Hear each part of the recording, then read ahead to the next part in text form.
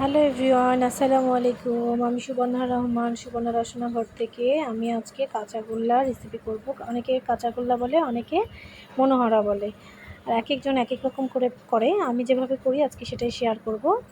আমি 2 কেজি দুধ নিয়েছি। 2 কেজি দুধ বলক এসে গেছে। আমি এটাকে এখন ছানা কেটে নিব।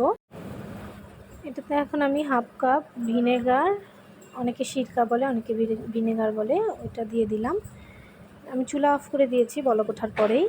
ভিনেগার দিয়ে আমি একটু নাড়াচাড়া করে এখন একটু হাফ কাপ পানি দিয়ে দিব। আমার ছানাটা কেটে গেছে, সুন্দর হয়েছে আমার ছানাটা, একদম সুন্দরভাবে পানি বের হয়ে গেছে। আমি এটা এখন ছেঁকে নিব। ছেঁকে নিয়ে পানি দিয়ে ধুয়ে নিব, ভিনেগারের গন্ধটা যেন না থাকে। আমি এখন ধুয়ে নিচ্ছি। নেওয়া হইলে আমি ওইটা একটু রেখে দেবো কিছুক্ষণের জন্য, পানিটা যেন ঝরে যায়। একদম পানিটা ঝরে যাওয়া পর্যন্ত আমি রেখে দিব। এখন আমি মনোহরা বানাইতে চলে এসেছি। আমি অবশ্য এটাকে মনোহরাই বলি, আমার ভালো লাগে মনোহরা বলতেই।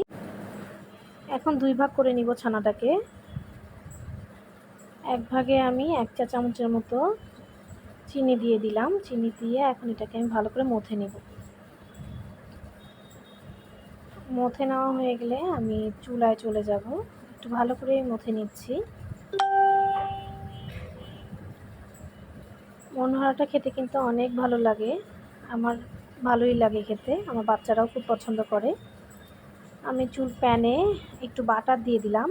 আমি ঘি বা বাটার যখন যেটা পাই একটু দিয়ে দিই আর কি, আমার ভালো লাগে। অনেকে দেয় না, আমি আবার একটু ঘি বা বাটার যেটাই হাতের কাছে থাকে ওইটাই একটু দিয়ে দিই, আমার ভালো লাগে। এখন এটা ভালো করে আমি ভেজে নেব। একটু 1.5 টেবিল চামচের মতো দিয়ে দিলাম কনডেন্স মিল্ক। কনডেন্স মিল্কটা ভালো করে মেল্ট হয়ে গেলে,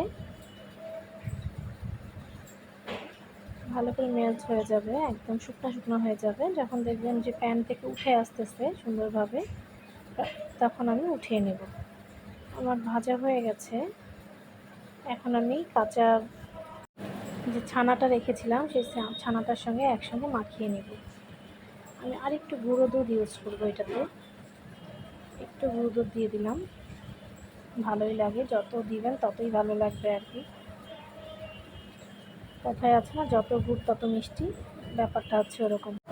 আমি ছানাগুলোকে ছোট ছোট করে লেচি কেটে নিয়েছিলাম, ওটা দেখানো হয়নি। তারপর এখন হাতে নিয়ে আমি গোল গোল করে নিচ্ছি, সুন্দর করে গোল গোল করে নিয়েছি। আমার এখানে 2 কেজি দুধে 12টা মিষ্টি হয়েছে। ছানা যত বেশি হবে মিষ্টিও তত বাড়বে। আমার খুব একটা বেশি ছানা হয়নি, দুধটা মনে হয় খুব একটা ভালো ছিল না। আমার মিষ্টিগুলো বানানো হয়ে গেছে। এখন আমি গুঁড়ো দুধে সবগুলোকে গড়িয়ে নিলাম, নিয়ে একটু জাফরান ছিটাই দিয়েছি। আমার ভিডিওটি ভালো লাগলে লাইক, কমেন্ট, সাবস্ক্রাইব করবেন। আল্লাহ হাফেজ।